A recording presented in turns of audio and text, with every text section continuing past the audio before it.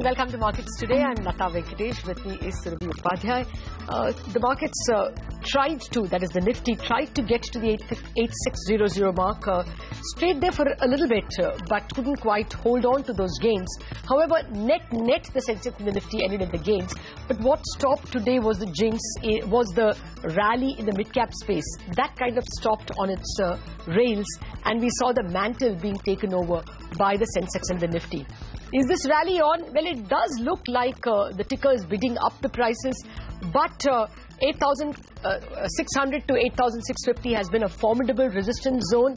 As well, today the number of declining stocks were more than the number of advancing stocks, which wants to tell you that you have to be cautious, but at the moment the market is still inclined to be long. So incremental and very small gains, I guess. Yes. All right, on that note, let's quickly run you through the headlines.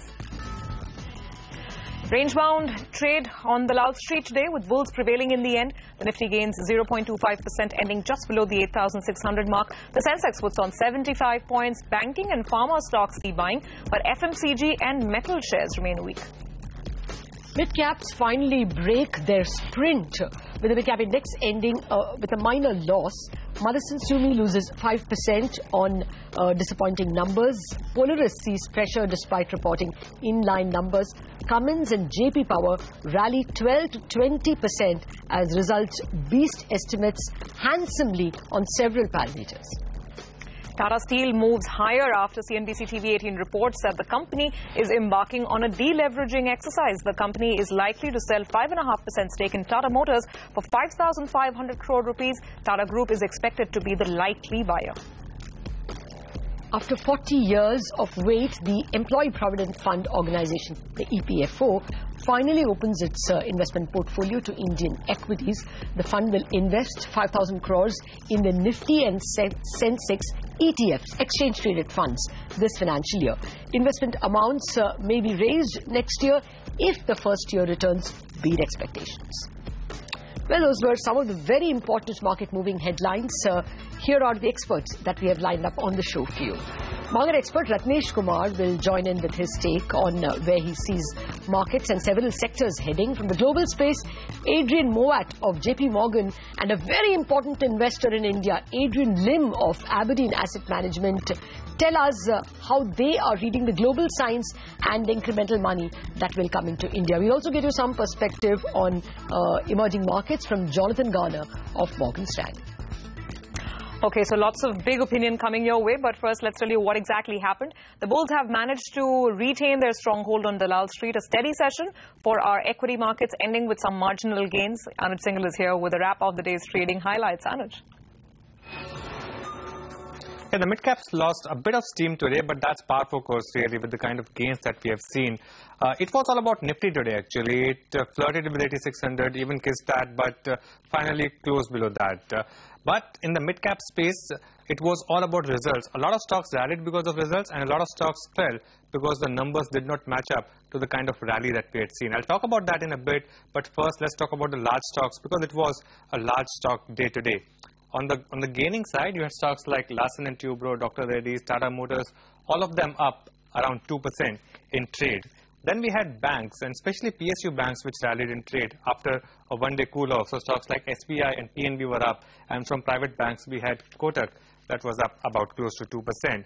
On the losing side, the heavyweights that dragged the markets today included ITC. That saw some profit booking after last 2 days, 2% lower. Reliance was down about 1%, and Tech Mahindra was actually your biggest Nifty loser, down about 3%. Some other prominent Nifty losers included Coal India, Can India, and Asian Paints. In the mid-caps, though, big winners today based on numbers. JP Power in particular was the stock of the day, up 20%.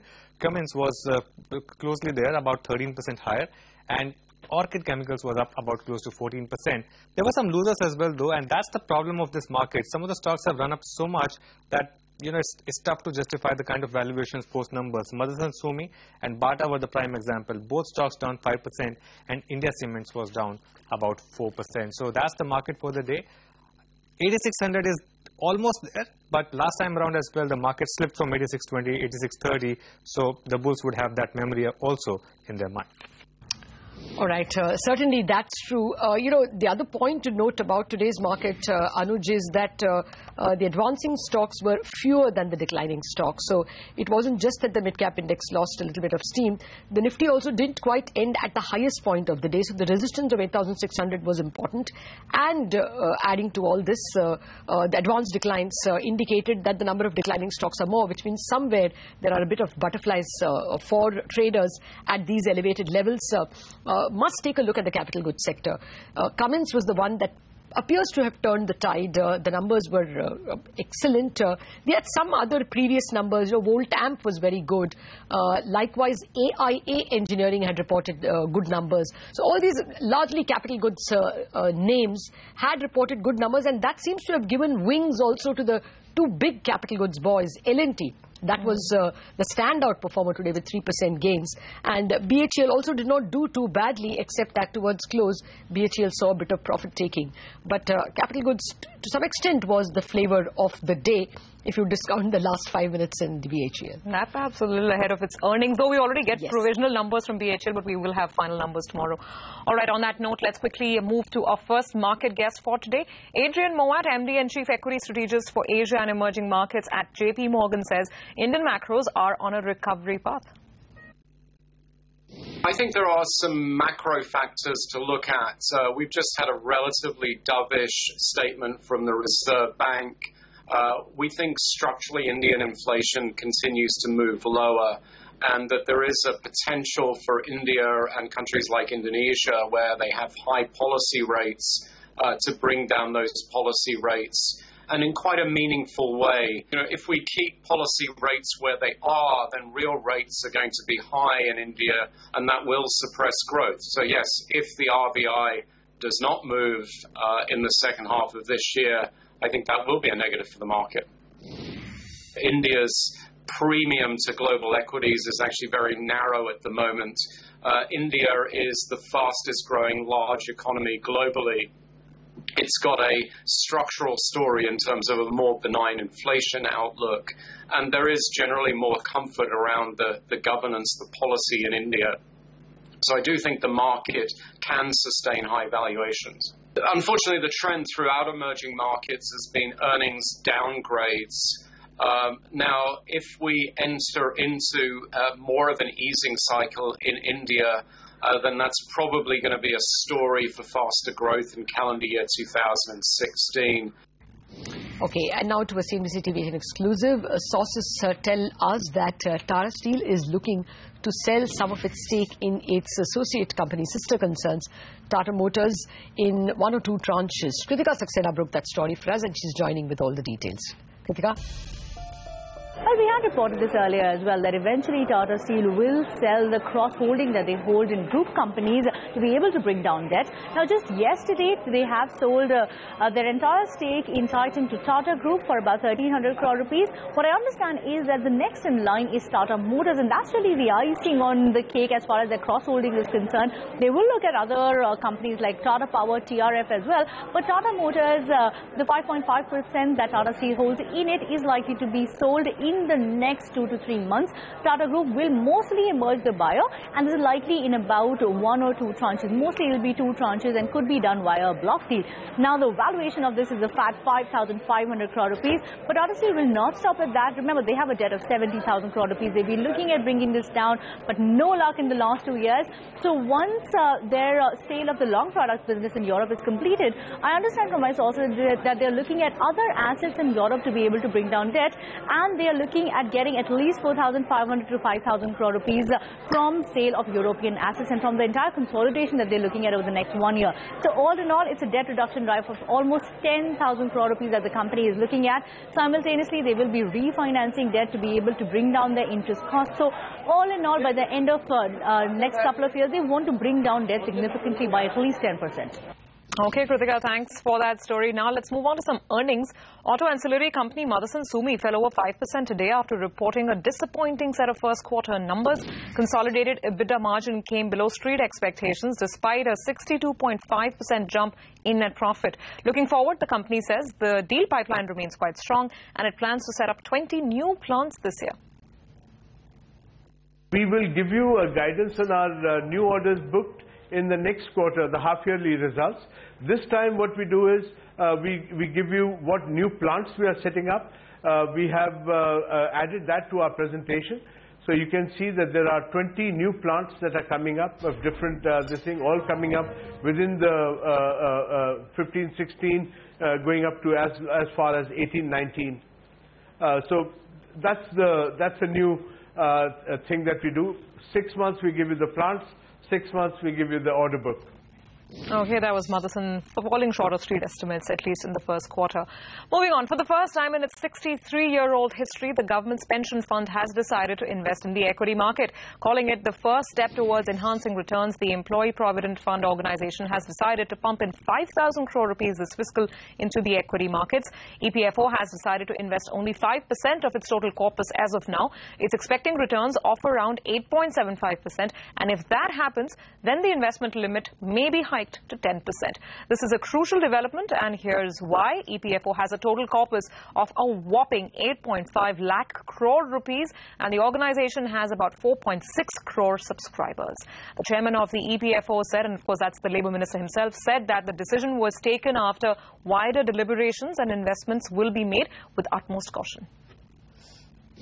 If you look at a long time, the returns coming out of equity has been much better.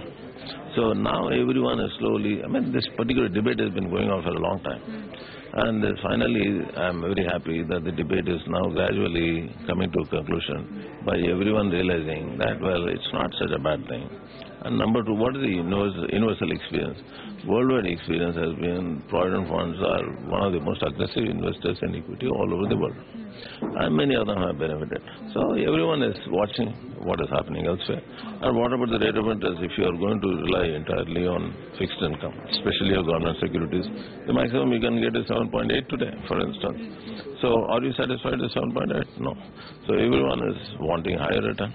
But now everyone has come to realize that, well, at least a part of the corpus should go into equity so that actually the returns actually go up. And now there is a good consensus which has emerged. I am very happy. And SEBI has been advocating this for a long time. Crores of workers, their pension amount is there. So that's why the safety and security also is more concerned. While going into the markets, then we thought of getting into some consultancy. Then with the consultancy, we have made some report. Okay. And that report was put forth before the Central Board of Trustees. Okay. And the Central Board of Trustees, that is mostly trade unions. Trade unions, they have their own apprehensions. They have some apprehensions.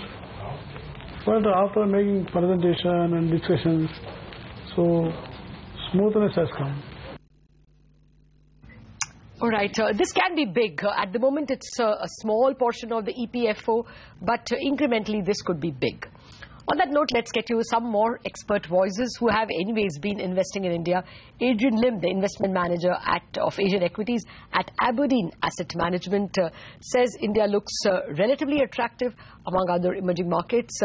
And Jonathan Garner of Morgan Stanley adds that India is perhaps the only emerging market where growth is holding up. Let's listen to this opinion. India is relatively clean. Valuations are not cheap, not bargain basement, but the fiscal position is clean, the macro position is improving, and the issues and some of the steps and blocks are there for an extended recovery that people with a medium-term view can take advantage of. On the currencies right now, as it clearly hasn't been priced in, there's a whole group of countries that are running current account deficits that are being forced to adjust their currencies. But also the growth numbers are falling across almost the whole of the emerging world. Only really in India is growth holding up. And we have very negative earnings revisions. We just published the latest quarterly numbers on earnings revisions, and it's one of the worst quarters we've seen in the last 3 years. So there's significant downward pressure across the piece really on emerging equity. Time for a break now, but coming up on the other side, Sudarshan Zukhani will be joining in for a technical chat. We'll also talk about the other stocks that were in news today.